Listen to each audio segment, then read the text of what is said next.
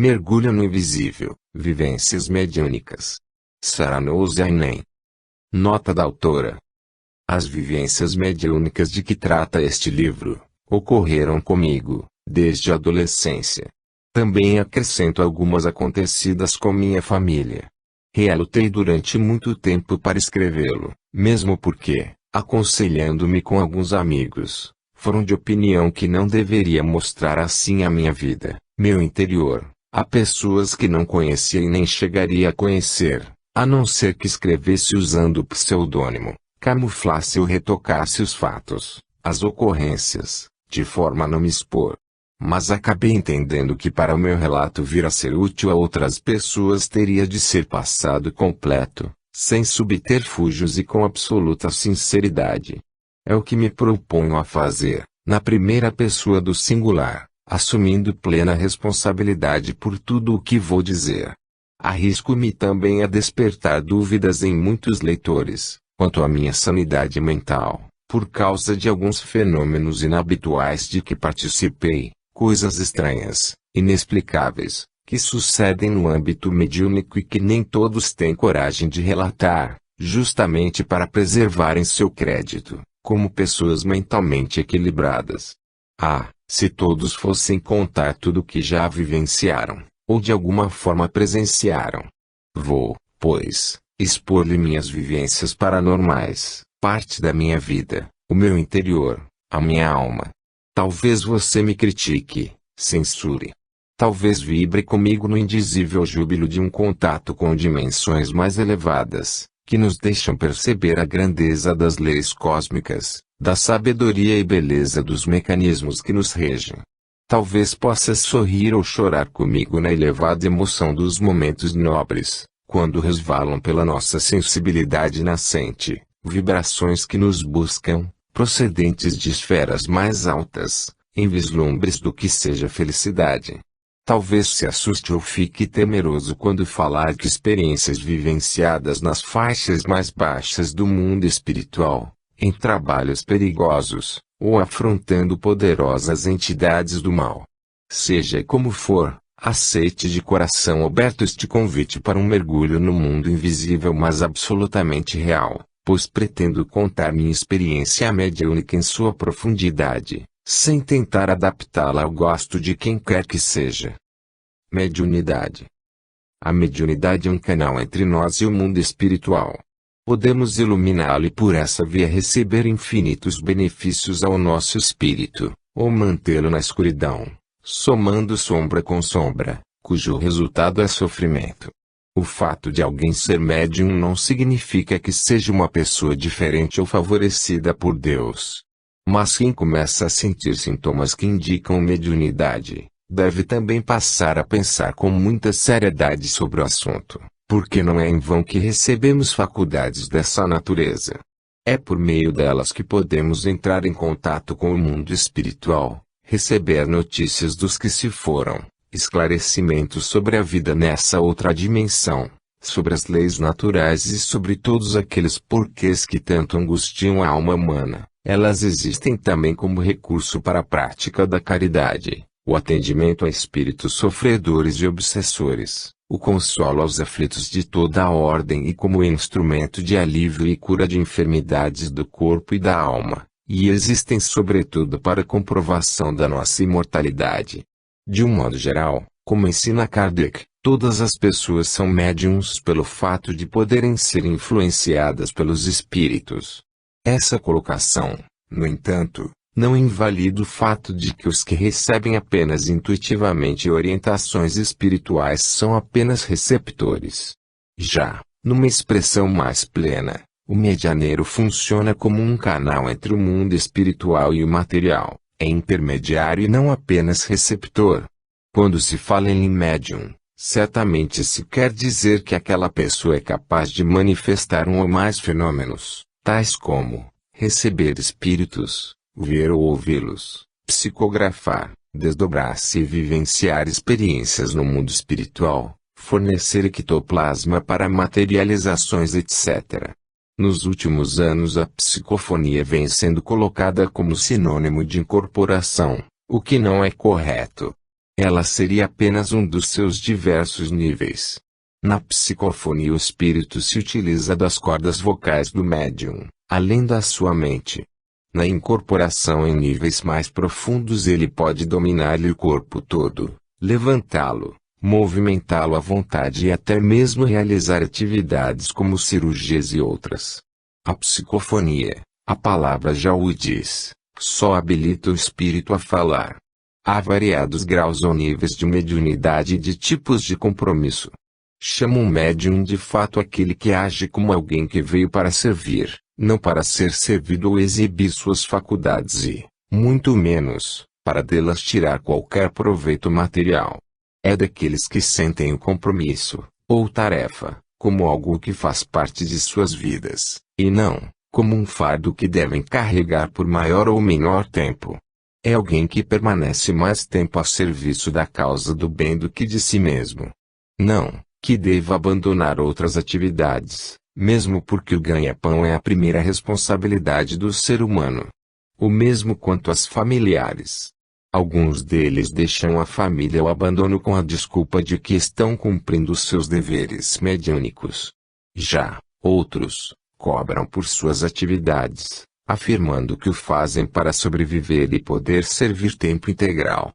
Assim como Paulo de Tarso, que nos deixou um magnífico exemplo de responsabilidade, também o médium deve batalhar pelo pão de cada dia, cuidar da família, do próprio crescimento como profissional, do lazer como fator de equilíbrio e também do prazer, ingrediente indispensável por ser energia que vivifica as fontes da própria vida. É claro que me refiro aos prazeres que não prejudicam o corpo, o perispírito, corpo espiritual, nem a consciência. Mas enquanto age como criatura do mundo, pode ao mesmo tempo manter-se em ligação com o alto. Deve fazê-lo, aliás, para sua própria segurança, para não cair vibratoriamente, abrindo brechas em suas defesas, e também para que possa receber, via intuição, orientações dos benfeitores espirituais sempre que necessário, evitando entrar em sintonia com faixas inferiores. Esse procedimento é recomendado a qualquer pessoa, mas principalmente ao médium, em razão de sua maior abertura para o mundo invisível. Tarefa mediúnica. Nem todo caso de mediunidade indica que é um compromisso de tarefa. Quando ele existe, foi assumido antes da reencarnação, ainda no mundo espiritual. Ao contrário do que muitos pensam, a mediunidade não é imposta a alguém, assim como uma carga que se coloca às costas de um moar. Alguns benfeitores espirituais têm dito que em muitos casos ela pode representar uma troca nas formas de resgate kármico. Digamos que um espírito, conhecendo ou lembrando-se de uma ou mais de suas vidas passadas, nas quais cometeu faltas graves perante a lei maior, decide-se a resgatá-las. Entende então que para acabar com aquele remorso, retirar aqueles pesos de sua consciência profunda, precisa renascer na Terra e purgar suas culpas numa existência de grandes sofrimentos ou limitações. Nessas situações ele pode conseguir uma troca. Em vez de retornar à Terra com um programa de vida repleto de dores e aflições, trará um compromisso de trabalho mediúnico. É a permuta de sofrimentos por uma tarefa de amor. E lembramos, a propósito, que o apóstolo afirmou, o amor cobre uma multidão de pecados. Assim, em vez da doença, da penúria, das deficiências físicas ou outros sofrimentos, esse espírito reencarna comprometido a fazer o bem, ajudar o próximo necessitado através da sua mediunidade. É verdade que muitos médiuns sofrem. E muito. Certamente sofreriam muito mais, não fosse a sua tarefa.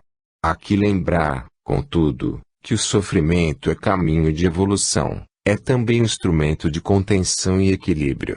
A dor, queiramos ou não, nos preserva de muitas quedas espirituais, e muitas almas valorosas não a dispensam de suas programações reencarnatórias. Mas não se pode generalizar. Nem todos os casos refletem essa troca. Em muitos a tarefa é assumida apenas por amor, pela vontade de ajudar, ou ainda, como um instrumento para seu próprio crescimento. Há também aqueles em que faculdades mediúnicas surgem como resultado natural da evolução, ou ainda, forçadas por algum processo obsessivo, mas sem compromisso de tarefa. Sempre que alguém volta à Terra comprometido com trabalho mediúnico, antes de reencarnar, os mentores elaboram um projeto, um planejamento para suas atividades.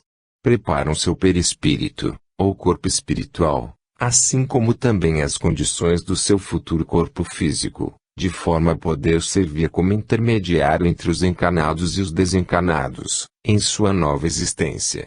Esse médium então renasce, recebendo os cuidados necessários ao seu crescimento e encaminhamento para a tarefa, no momento pré-estabelecido. Muitas vezes lhe ocorrem indícios de mediunidade desde a infância ou na adolescência. Por vezes estão presentes durante toda a vida.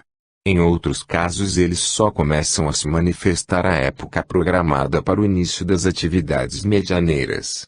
É nesse momento que as forças espirituais se fazem mais presentes, num chamamento ao trabalho, e esse chamado pode ocorrer nas formas as mais variadas e estranhas, como doenças que os médicos não conseguem diagnosticar, acidentes anormais, sensações perturbadoras de presenças invisíveis, arrepios e formigamentos, sonhos esquisitos, pesadelos, visão ou audição de espíritos, e outros assemelhados. Nessas ocasiões geralmente aparece alguém, aconselhando-o a procurar o espiritismo. Se esse médium, obedecendo ao compromisso assumido, procura uma instituição espírita séria, de confiança, e onde sinta-se bem, inicia de forma equilibrada o desenvolvimento das suas faculdades. Nessas circunstâncias passa também a receber assistência dos bons espíritos, que irão orientá-lo e ajudá-lo de acordo com a permissão superior. Mas, para que possa receber essa ajuda é necessário que se torne merecedor, sendo dedicado, responsável e buscando modificar as próprias atitudes, a partir dos pensamentos, tornando-as mais compatíveis com a nobreza de uma tarefa dessa natureza. Também é fundamental que estude o assunto, começando pelas obras da codificação do Espiritismo, de Allan Kardec, como o Livro dos Espíritos, que contém os princípios doutrinários, o Livro dos Médiuns, o mais avançado e profundo estudo existente sobre a mediunidade, o Evangelho segundo o Espiritismo, no qual vai encontrar o melhor dos roteiros orientadores para sua conduta, além de outras obras complementares, antigas e atuais.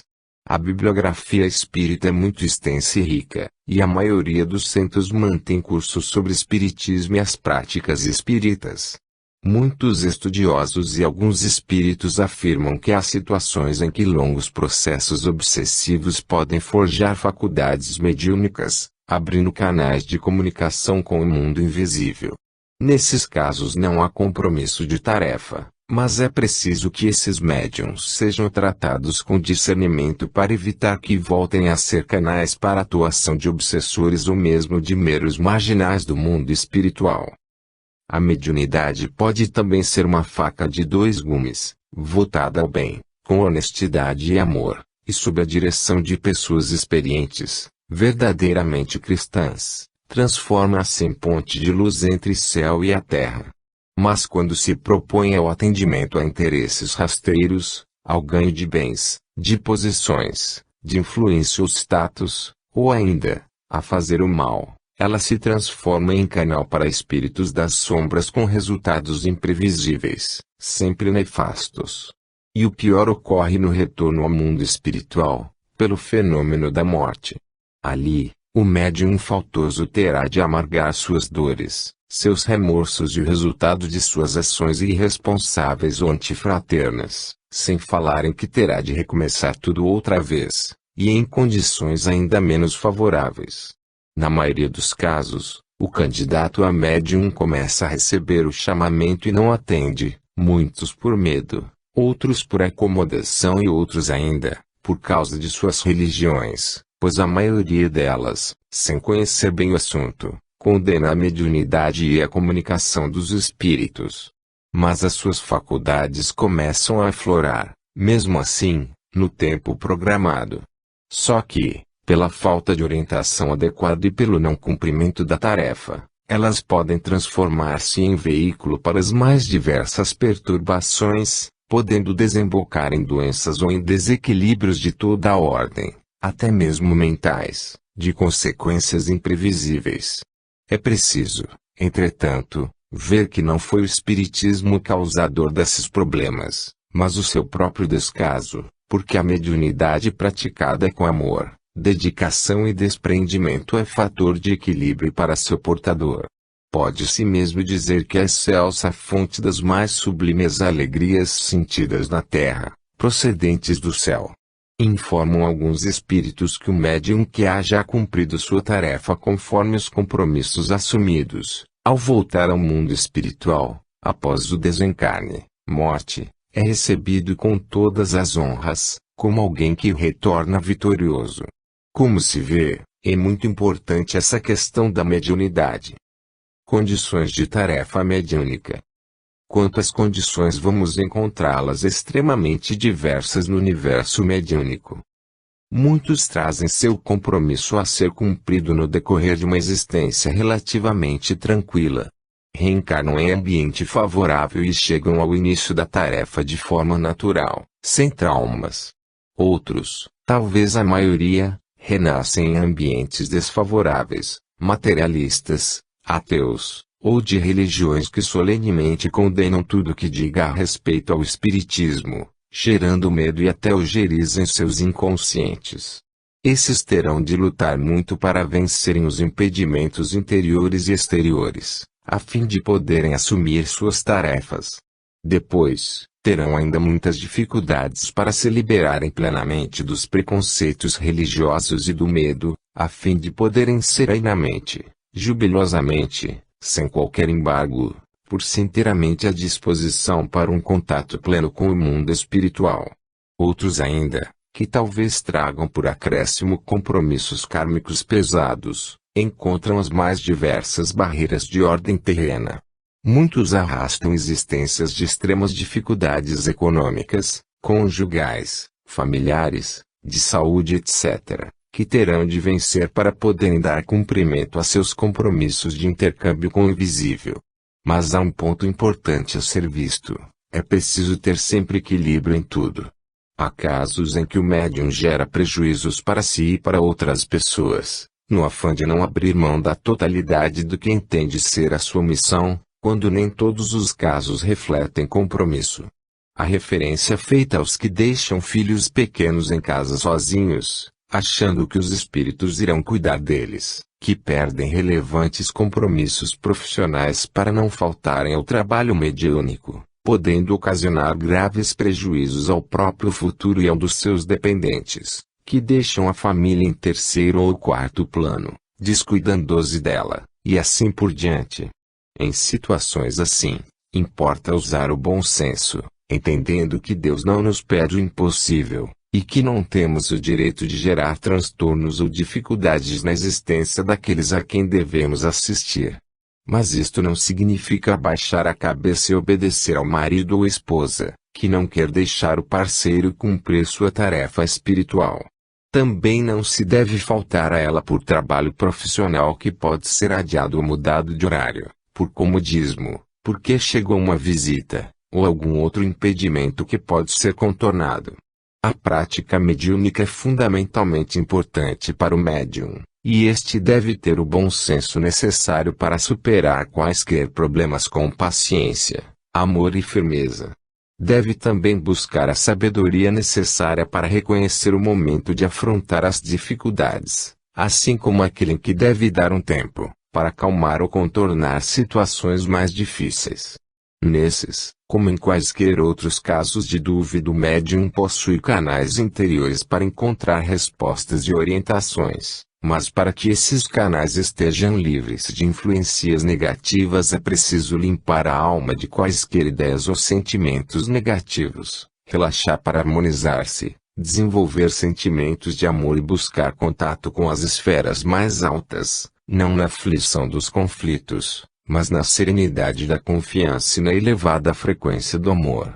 Dessa forma, sem nutrir dúvidas, procurar sentir, perceber ou mesmo ver ou ouvir se tiver tais faculdades. A resposta do alto, a orientação que chega, geralmente com tamanho poder, com tal firmeza que transmite plena segurança em sua procedência superior. Essa resposta do alto pode também chegar por outros meios como sonhos, geralmente em formatos simbólicos, ou mesmo como uma firme convicção, aquela certeza de que esse é o caminho. Níveis de mediunidade.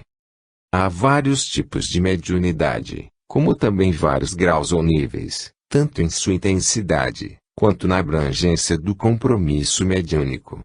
Há médiuns, desde aqueles que possuem faculdades apenas latentes, até aqueles outros em que elas se apresentam com toda a sua potencialidade desde o início.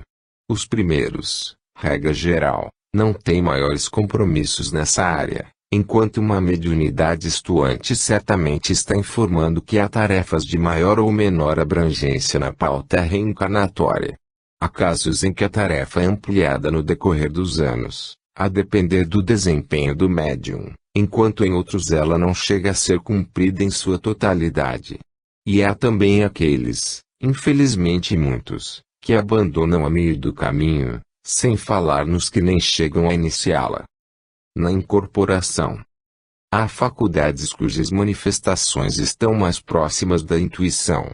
Nelas o médium é envolvido pelas forças espirituais, que o colocam num estado alterado de consciência, em que ele sente a presença do comunicante e consegue transmitir seu pensamento ou transformar sua emoção, o momento que esse espírito está vivenciando, em palavras.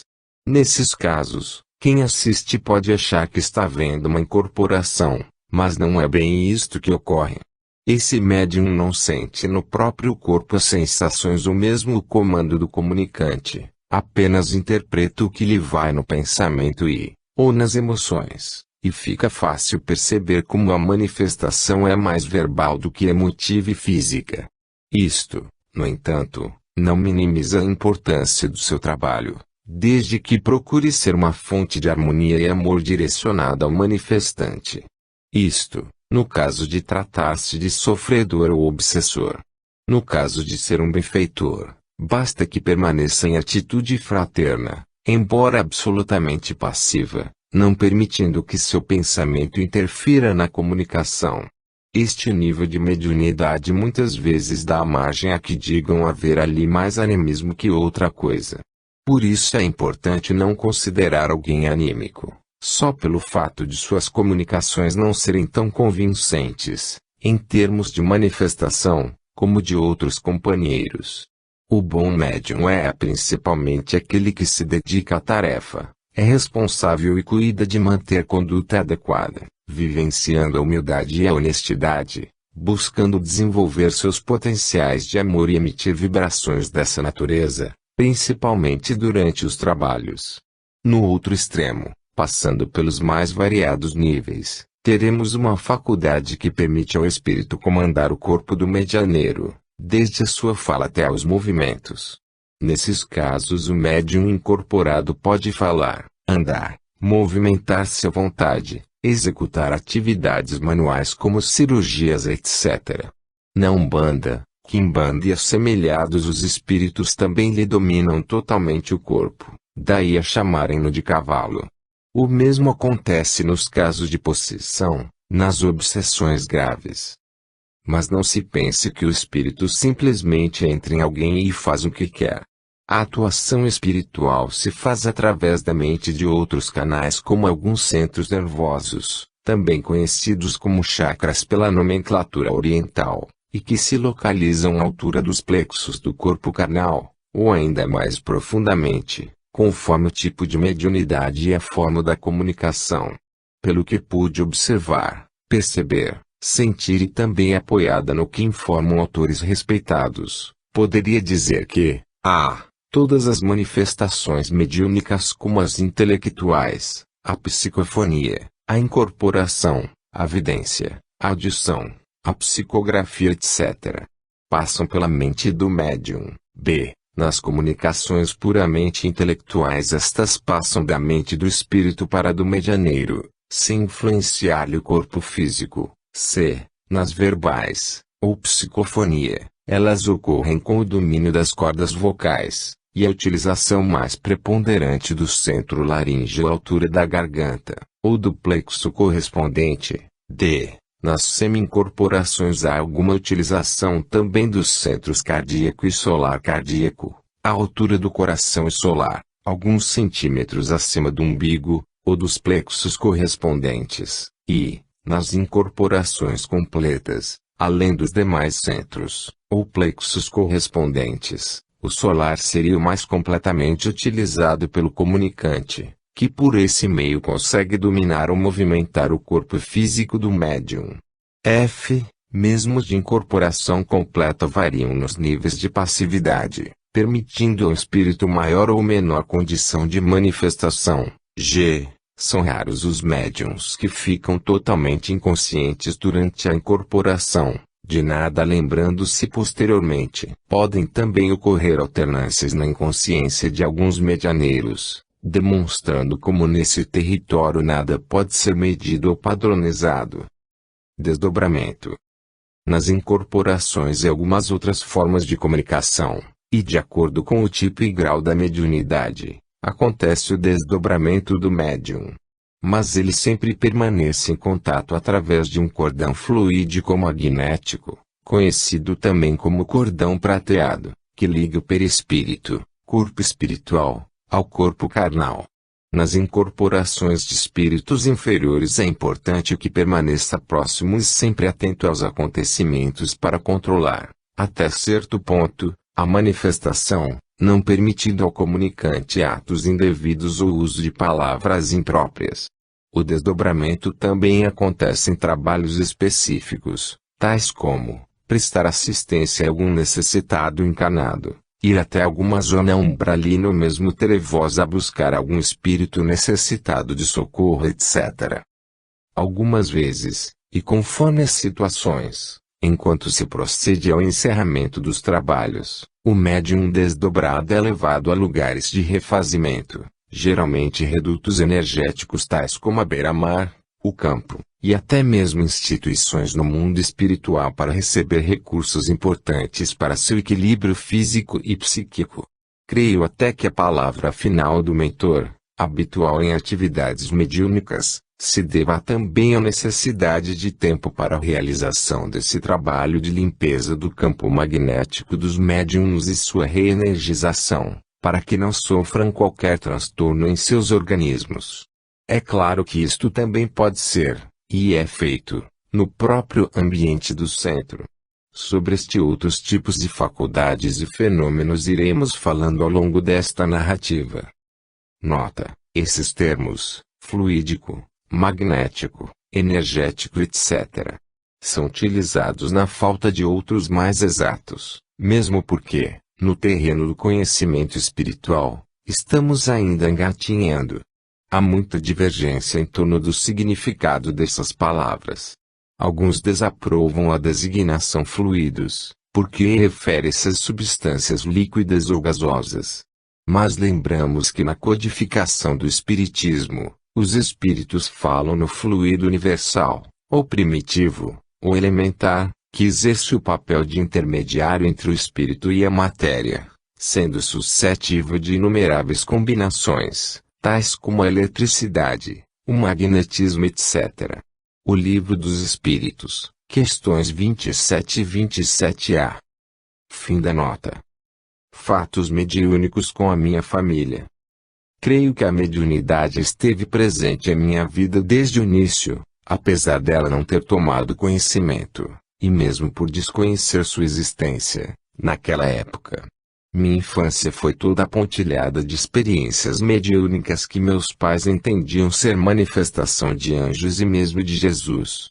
Meu pai foi pastor da Igreja Adventista, desde que saiu da Faculdade de Teologia de Helsinki, Finlândia, ainda jovem, e toda sua vida foi sempre dedicada à religião com extrema sinceridade e uma fé profunda, compartilhada por minha mãe. Também ela sempre participou das atividades da igreja, ora como tradutora, quando o país era visitado por oradores estrangeiros, ora traduzindo livros de sua religião, de outros idiomas para o finlandês. Minha família veio para o Brasil quando eu tinha apenas 6 meses de idade e fomos residir em Penedo, uma colônia finlandesa perto de Resende, estado do Rio, onde moramos durante 5 anos. Meu pai veio para cá na condição de missionário, mas ao chegar, ingenuamente entregou o dinheiro que trazia para iniciar a vida, às mãos de um amigo, para que trocasse por moeda nacional. É fácil imaginar o que aconteceu. O amigo sumiu, deixando minha família na pior das situações, sem dinheiro, sem casa, sem falar português. Fomos então morar numa casinha com teto de sapé, palha, e o chão de terra batida. Ainda me lembro vagamente desse lugar tão bizarro, já que, nas paredes da sala, feitas de bambu entrançado e preenchido com barro, havia em toda a sua extensão prateleiras com livros, já que meus pais não tiveram coragem de desfazer-se da totalidade da biblioteca que possuíam. Tudo era muito limpo, embora extremamente pobre. Meu pai, que nunca executara qualquer trabalho manual em virtude de suas atividades como pastor, passara a fazer serviços de jardinagem, entrega de pão nas casas etc., enquanto minha mãe, que jamais se envolvera com trabalhos domésticos, devido às suas intensas atividades intelectuais e também como fundadora que foi de várias clínicas de hidroterapia, na Finlândia, agora lavava a roupa para fora, pela necessidade de ajudar a prover o sustento da família.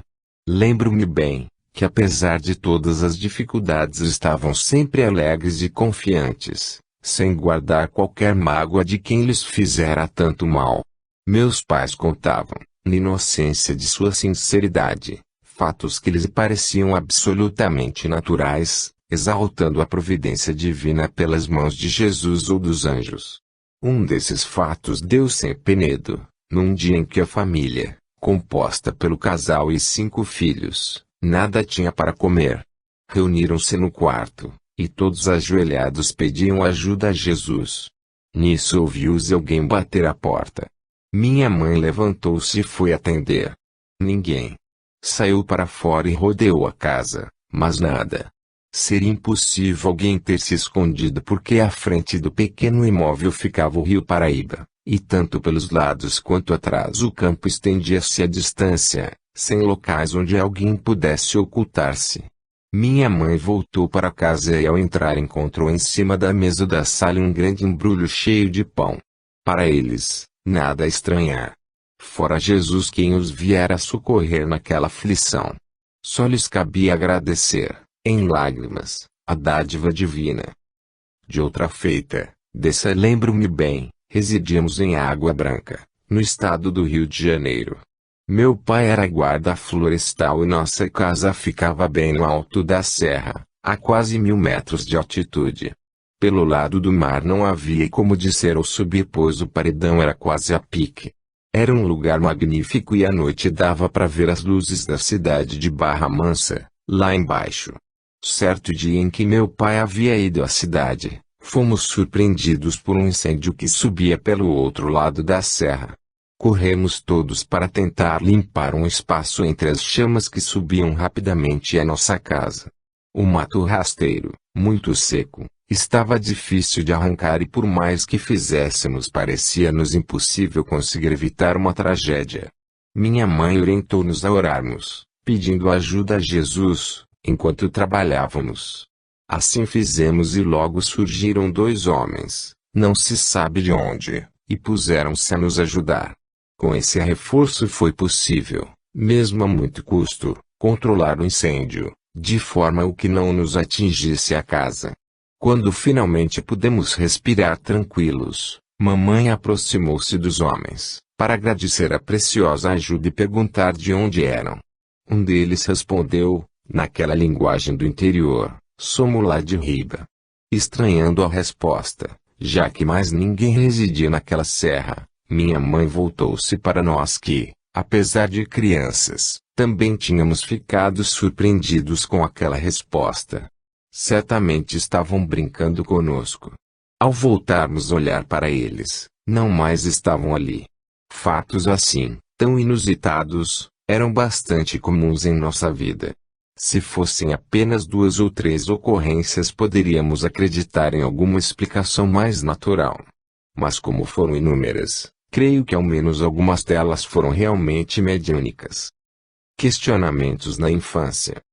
Quando criança, como tinha de ler a Bíblia todas as manhãs e todas as noites, começava em Gênesis, terminando no Apocalipse, para recomeçar em Gênesis. Nessas leituras, principalmente do Antigo Testamento, ficava perplexa ante a incoerência, os absurdos e contradições que ia encontrando aqui e ali.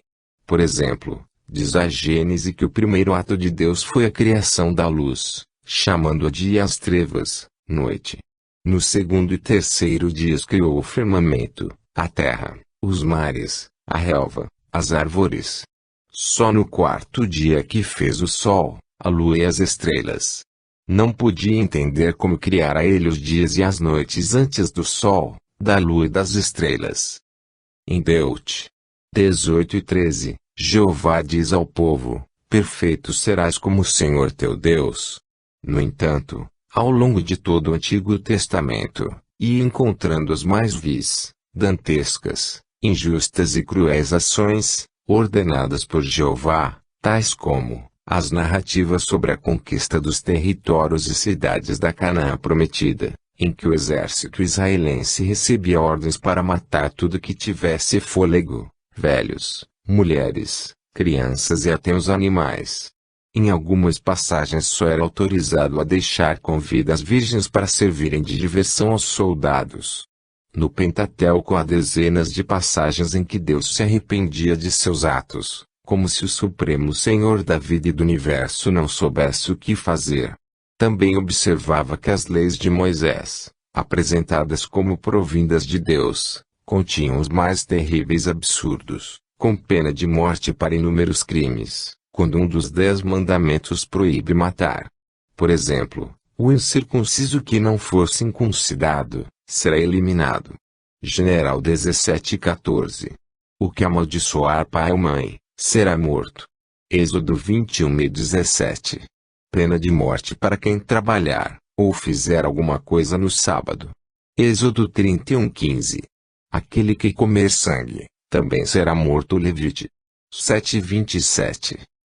Quem se chegar a uma mulher no período, leia-se, durante a menstruação, ambos serão mortos. Levite 20:18. Um filho desobediente deve ser apedrejado até que morra. Deut. 21:18 e 21. Mulher casada não achada virgem, deve ser apedrejada até morrer. Deut. 22 e 21. Quem se chegar a mulher casada, ambos morrerão. Deut. 22 e 22. Igualmente, perguntava a mim mesma sobre o porquê de tantas diferenças entre as pessoas, não só em termos de sofrimentos e oportunidades, mas também de temperamento, natureza, grau de inteligência, etc. E concluía: se a Bíblia diz que Deus é sábio, todo-poderoso, justo e bom, não dá para entender por que faz uns nascerem com boa índole, sentimentos nobres, conduta firmada na ética e outros valores, sendo candidatos naturais ao céu, e outros com má índole, desonestos, agressivos, perversos, perfeitos candidatos ao inferno, e aqueles outros que não acreditam em Deus, ou não têm qualquer religião, serão culpados por isso, já que fé é algo intrínseco, não se consegue só porque se quer. Outra questão que me afligia era da morte. Não me conformava em que um ser humano, tudo o que significa, suas experiências, aprendizados, sentimentos, etc., se acabassem simplesmente, sem deixar marcas ou rastros. Muitas outras perguntas também me afligiam, mas esses questionamentos não conseguiam arranhar a fé que eu tinha em Deus, sua justiça, sabedoria e amor, porque tinha a íntima convicção de que havia verdades que um dia conheceria e que iriam conciliar a fé com a razão, com o bom senso. Quando contava 10 ou 11 anos, meu irmão, Aro, que estudava em São Paulo, foi nos visitar no Paraná, onde residíamos então. Falei-lhe sobre aqueles questionamentos que me estavam angustiando, ao que me respondeu: maninha, eu estou estudando o espiritismo. Ele diz que vivemos muitas existências e que somos hoje o resultado do que fizemos nas vidas passadas. Meu Deus! Ali estava a resposta, a explicação lógica, límpida e cristalina para tantas contradições, geradoras de tamanhos conflitos. Aceitei imediatamente a ideia da reencarnação como verdade e decidi que, ao ficar adulta, iria estudar o restante dessa doutrina para ver se em seus detalhes também encontraria esses mesmos critérios de justiça, amor e sabedoria do Criador na programação e organização da vida. Se assim fosse, seria espírita. Primeiros fatos mediúnicos. Quando contava 14 anos, desejosa de continuar meus estudos, fui residir em São Paulo, onde consegui o emprego de copeira no Hospital S. Lucas, no qual trabalhava minha irmã Ruth, como auxiliar de enfermagem. O edifício novo em que funcionava aquele nosocômio havia sido inaugurado há pouco e o alojamento das funcionárias internas só estava parcialmente pronto. Por isso, fiquei morando provisoriamente, com outra colega, no subsolo do prédio velho, cujos andares superiores já estavam em início de demolição. Meu horário era no expediente da tarde, terminando às 22h30, e geralmente ia dormir perto da meia-noite, sempre com o rádio ligado, já que havia uns programas de música mexicana e tangos durante a madrugada. Era gostoso acordar e ouvi-los. Certa noite estava sozinha, pois minha colega de quarto havia sido operada. Pode parecer impossível, mas não sentia medo. Aliás, nunca sentira medo até aquele momento, a não ser de perder o emprego, passar necessidade e coisas semelhantes. Como de hábito, deitei-me pouco antes da meia-noite, apaguei a luz e fiquei ali ouvindo rádio, aguardando a chegada do sono. De repente observei que havia uma pequena luz no teto, meio ovalada, de aproximadamente 3 centímetros de comprimento. Fiquei olhando para ela tentando descobrir sua procedência. Desliguei o rádio, para ver se não provinha dele, mas a luzinha continuava ali. Levantei-me e peguei a vassoura, colocando-a sobre a mesma, mas ela mudou para outro lugar. Procurei interceptá-lo com a vassoura, mas nada. Ela parecia surgir de si mesma. Acendi a luz e não a vi. Decidida a não me ocupar mais com uma luzinha boba, apaguei a lâmpada e me deitei novamente. Já estava começando a deslizar para os territórios do sono, quando senti 2 mãos geladas, ossudas, horripilantes, agarrando-me pelas costas à altura da cintura. Ao mesmo tempo uma tenebrosa sensação de terror, verdadeiro pânico, tomou conta de mim, de uma forma como jamais poderia supor. Pulei da cama com os cabelos eriçados e permaneci alguns instantes encostada na parede, olhos esbugalhados, tomada de horror. Observei que a luz do quarto estava acesa, o que mais ainda me apavorou. Quem a teria acendido? Corri ao guarda-roupa, apanhei um casaco, vesti-o sobre o pijama e saí correndo para fora do prédio. Na rua, tudo me pareceu mais seguro e o ar da madrugada serenou-me um pouco. Decidi passar o resto da noite no hospital. A funcionária da portaria, preocupada, quis saber o que estava acontecendo. Procurando demonstrar tranquilidade, disse que estava sem sono e queria até a copa, preparar um chá. É claro que ela não engoliu aquela explicação, porque 2 horas mais tarde chegou Dona Virgínia, a administradora, querendo saber o que acontecera. Disse-lhe a mesma coisa mas, desconfiada, levou-me até meu quarto, para tirar quaisquer dúvidas. Eu era uma adolescente e estava sob sua responsabilidade. Quando lá chegamos, quase não conseguimos abrir a porta, em razão do desmoronamento de parte de uma parede. A minha cama fora atingida por alguns pedaços de entulho. Meu espanto foi indizível. O que significava aquilo? Que coisa misteriosa, invisível, teria me afastado dali? Quem me quisera salvar de um grande susto, embora me tivesse dado outro muito pior? Em minha mente e emoções a ideia do que me parecia inexplicável tomou tintas tão fortes e assustadoras que não tive coragem de contar o fato nem mesmo a minha irmã, a não ser anos mais tarde, depois que aquelas impressões perderam intensidade. Sessão de materializações. 1 ou 2 anos mais tarde meu irmão levou-me a assistir uma sessão de materializações luminosas. Havia um pequeno auditório com um palco ao fundo, sem portas ou qualquer outra saída. Nesse palco haviam colocado uma grande gaiola de ferro, que podia ser examinada por qualquer um dos presentes, assim como tudo o mais no ambiente. No auditório, talvez umas 30 ou 40 pessoas. O médium chegou e foi colocado dentro da jaula, sentado na cadeira e com os pulsos algemados aos braços da mesma. A jaula foi trancada e a chave entregue aleatoriamente a uma pessoa no meio do auditório. Algum tempo depois de apagadas as luzes alguém começou a falar, movimentando-se pelo palco, dizendo que tivéssemos um pouco mais de paciência que logo iríamos ver espíritos materializados.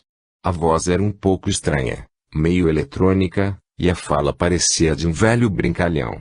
Logo começamos a ouvir sons estranhos e vimos uma radiola, daquelas manuais, levantar-se de sobre um móvel e sair volitando pela sala, ao mesmo tempo em que alguém colocava um disco, girava a manivela, e punha a tocar. Na verdade não víamos a radiola mas umas cruzes nela pintadas com tinta fosforescente e podíamos acompanhá-la através da música e das cruzes luminosas. A radiola movimentava-se com incrível velocidade, parava repentinamente e seguia em outra direção, zigue-zagueando sem parar.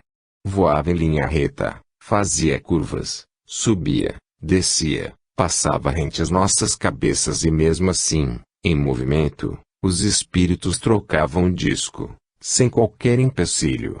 Seria absolutamente impossível alguém encarnado realizar tal façanha. De repente, o velho começou a sapatear, movendo-se de um lado para outro em meio ao auditório, ao mesmo tempo em que falava, rindo de vez em quando. Nessas andanças ele estava num ponto e quase instantaneamente surgia em outro, no outro lado do salão. Pouco depois foram aparecendo, um a um, vários espíritos materializados, portando luminosidade estranha. Lembro-me bem de uma mulher coberta com um véu branco, mas que permitia ver-lhe o rosto, de feições afiladas, assim como as mãos, colocadas sobre o peito. Delas brotava de instante a instante uma estranha luz que lhe clareava o rosto e a frente do corpo. Ela veio caminhando pelo palco e passou para o auditório, onde movimentou-se por bastante tempo, dando oportunidade a que todos a vissem de perto e detalhadamente. Se eu pudesse hoje presenciar de novo tão formidável fenômeno, certamente não conseguiria conter a emoção, mas naquela época, não sei porquê, tudo aquilo me parecia perfeitamente natural. Navegação. Tempos depois, quando trabalhava na VASP, como comissária, outros fatos paranormais voltaram a ocorrer.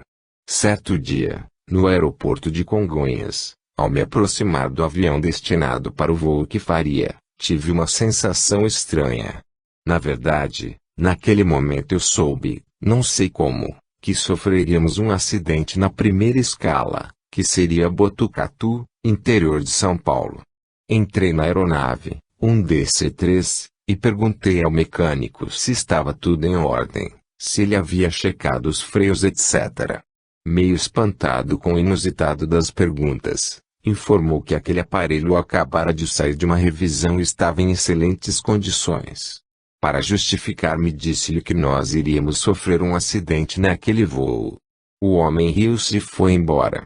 Quando o comandante embarcou, preocupada, avisei-o de que sofreríamos um acidente, provavelmente na primeira escala. Na verdade, eu não achava que aquilo fosse intuição. Era mais que isso. Eu simplesmente sabia. Após a decolagem fui pedir ao radiotelegrafista o boletim meteorológico de Botucatu. Lá, o tempo estava bom, apenas com o vento de través. Antes do pouso tomei as providências próprias para uma emergência. O avião estava lotado e havia 2 bebês a bordo. disse aos passageiros para dobrarem-se sobre as próprias pernas na hora do pouso, passando os braços por baixo das mesmas. Acomodei os bebês da melhor forma possível e fechei com cadeado a gaveta com as garrafas de refrigerante, no fundo do avião. Para tranquilizar os passageiros, disse-lhes que não se preocupassem porque era meu costume agir assim. O comandante pousou com velocidade maior que o normal por causa do vento de través e ao frear o avião, o freio da roda esquerda não funcionou. Tentou uma arremetida mas logo viu que não daria, mesmo porque, na cabeceira da pista, à frente, havia uma mata de eucaliptos. Fez então um cavalo de pau, freando a roda direita e acelerando o motor esquerdo, para que o aparelho girasse em torno de si mesmo, até parar. Só que, nesse movimento quebrou-se um dos trens de pouso e ele saiu da pista, adentrando por um campo com plantações, fazendo um grande sulco até parar com a parte dianteira enterrada no chão, até as asas. Foi tudo muito rápido, mas naquele segundo vi o extintor de incêndio passar voando rente às poltronas e pensei em como seria se não tivesse fechado com cadeado a gaveta dos refrigerantes, sem falar nas demais providências que tomara. Depois que o avião parou, consegui abrir a porta e passar para a asa, ajudando os passageiros a saírem. Felizmente, não havia feridos graves, apenas contusões e escoriações, mas a aeronave ficou irrecuperável. Uma recusa salvadora. No dia 30 de dezembro de 1958 eu estava em casa, de reserva, quando me telefonaram dizendo que a caminhonete já passaria para me pegar. Eu iria fazer um voo da ponte aérea Rio-São Paulo. Já no aeroporto, no departamento de operações, quando me informaram o prefixo do avião que for escalado, algo estranho aconteceu comigo. Sem o mínimo motivo, sem que quisesse e sem qualquer controle de minha parte, com absoluta firmeza e num tom que não admitia réplica, disse: eu não vou fazer esse voo. Em nenhuma hipótese. A companhia pode me suspender e até mesmo me demitir, mas esse eu não faço. Podem me mandar fazer o pior de todos os voos, que eu vou, mas não esse. Eu estava mais surpreendida que o próprio operador, porque jamais me recusara a cumprir alguma determinação da empresa, atendendo sempre a qualquer chamado extra com prazer, pois gostava de voar. Uma recusa daquela seria considerada falta gravíssima, e eu tinha muito medo de perder o emprego. Quis voltar atrás, mas não consegui. Era como se um outro eu me dominasse. O operador insistiu, alertando-me para as sanções disciplinares que poderia sofrer, mas diante da minha firme recusa, acabou procurando outra solução. A comissária que vinha do pernoite em Porto Alegre faria o voo e eu faria o de Brasília. Seu nome era Ida, era uma jovem sueca e estava na VASP há poucos meses. Procurou-me, pedindo que eu voltasse atrás e fizesse a ponte aérea, deixando-lhe o de Brasília, já que esse voo pernoitaria em São Paulo e ela havia feito projetos para aquela noite. Respondi-lhe, sempre sob aquele estranho controle, que não poderia atendê-la. Aquele voo eu não faria. Em nenhuma hipótese. Horas mais tarde, quando estávamos almoçando em Belo Horizonte, um comandante da Cruzeiro do Sul veio dizer-nos ter ouvido no rádio que havia caído um dos nossos aviões. Imediatamente, e sem pensar, eu disse qual era o voo do avião acidentado, o prefixo do mesmo, acrescentando que ele cairá no mar. Todos olharam para mim, espantados, sem entenderem o que estava acontecendo. O pior é que eu entendi ainda menos que eles. Logo após a decolagem de Belo Horizonte, recebemos pelo rádio a notícia completa. Era de fato o voo que me recusara a fazer. O avião caíra no mar, na decolagem do aeroporto Santos Dumont, no Rio, e todos os tripulantes haviam morrido. Só se salvaram alguns passageiros. O choque foi muito grande e só consegui superar o sentimento de culpa com relação à colega que fora no meu lugar, pela convicção de que todas as coisas acontecem da forma como está programado lá em cima. Houve até uma investigação feita pela Polícia Federal, suspeitando sabotagem, por causa da minha atitude insólita. Achavam que sabia de alguma coisa. A predição e os primeiros passos. No aeroporto de Congonhas, o sargento Ari, além do trabalho na torre de controle, dava um expediente no departamento de operações da VASP. Era um homem sério, embora afável, e muito respeitado por todos. Sargento Ari tinha o dom de ler mão. Ele só o fazia raramente a pessoas amigas. Seus acertos eram impressionantes. Em várias ocasiões havia previsto a morte de tripulantes em acidente aéreo, sem jamais ter errado nessas previsões. Certa vez pedi-lhe para ler minha mão. Afirmou que me casaria no decorrer daquele ano, apesar de o casamento não fazer parte das minhas cogitações naquele momento, e isto realmente aconteceu. Disse também que aos 31 anos iria me ocorrer algo muito importante, com reflexos para toda a minha vida. Perguntei-lhe se era bom ou ruim, ao que respondeu, dizendo: isto vai depender do rumo que você tomar. De fato, foi com essa idade que tive meu primeiro encontro com o Espiritismo, a oportunidade de conhecê-lo, estudá-lo, saber que era médium e aceitar a minha tarefa. Até então, só tivera contato com alguns fenômenos mediúnicos e meu conhecimento doutrinário limitava-se às ideias da reencarnação e da lei de causa e efeito. Graças a Deus posso dizer que tomei o rumo certo. Algum tempo antes desse encontro, residindo em Curitiba, já casado e com 4 filhos, certa vez um coronel aposentado, nosso vizinho, que só havíamos visto 1 ou 2 vezes, chamou meu marido e lhe disse que eu era médium e que se não cuidasse de procurar um centro e desenvolver a mediunidade para fazer a caridade, nós sofreríamos inúmeros problemas. Foi o que aconteceu. Mudamos para Salvador e de repente nossa vida começou a virar pelo avesso. As coisas chegaram a tal ponto que acabamos tendo que vender enciclopédias para podermos sustentar a família. Numa noite de sábado, visitando uma possível cliente, sem mais nem menos ela foi nos dizendo que era médium e como tal me aconselhava a desenvolver a mediunidade, porque as dificuldades que estávamos enfrentando deviam-se a esse fato. Claro que ela nada sabia sobre nós. Pela primeira vez meu marido ouviu alguém dissertar longamente sobre espiritismo, sem rir e sem fazer pouco caso, como era seu hábito.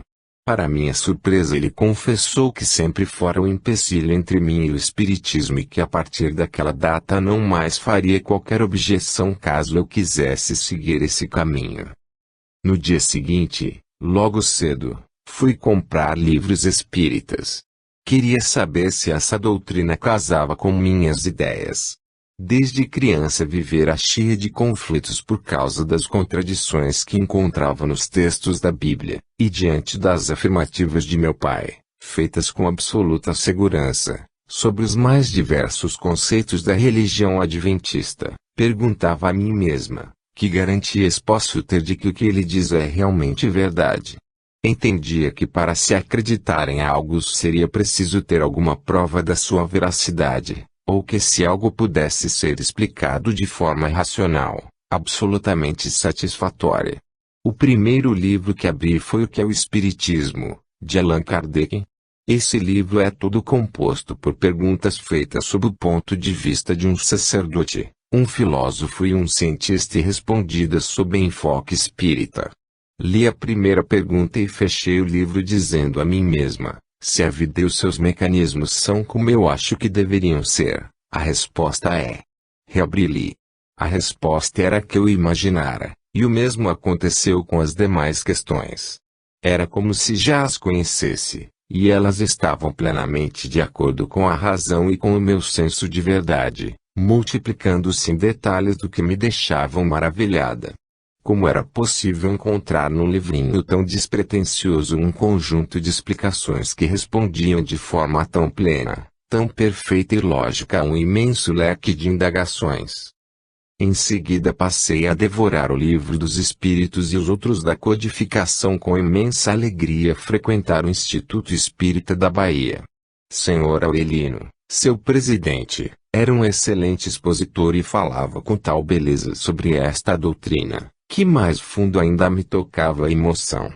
Foi um período em que vivi grandes alegrias, na descoberta mais plena dos mecanismos da vida, que refletem a sabedoria, a justiça, o amor e a perfeição do Criador.